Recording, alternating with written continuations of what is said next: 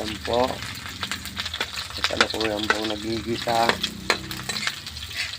ng sibuyas at bawang. Kasi nga po magluluto po ng umagahan ng aking asawa. Ayan po siya. Para kami po ay makakain ng aking mga anak. Para kami makapagtrabaho. Ganun po ang buhay. Kailangan maghanap buhay.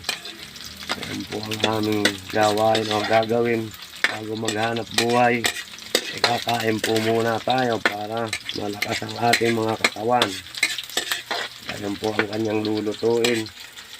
Kung inyo pong mapapansin o makikita, ito po ang biyaya ng kalikasan. Kung tawagin po sa aming nayon o barangay, ay pungapong bagamat pambihira na itong pagkain nato o kumakain.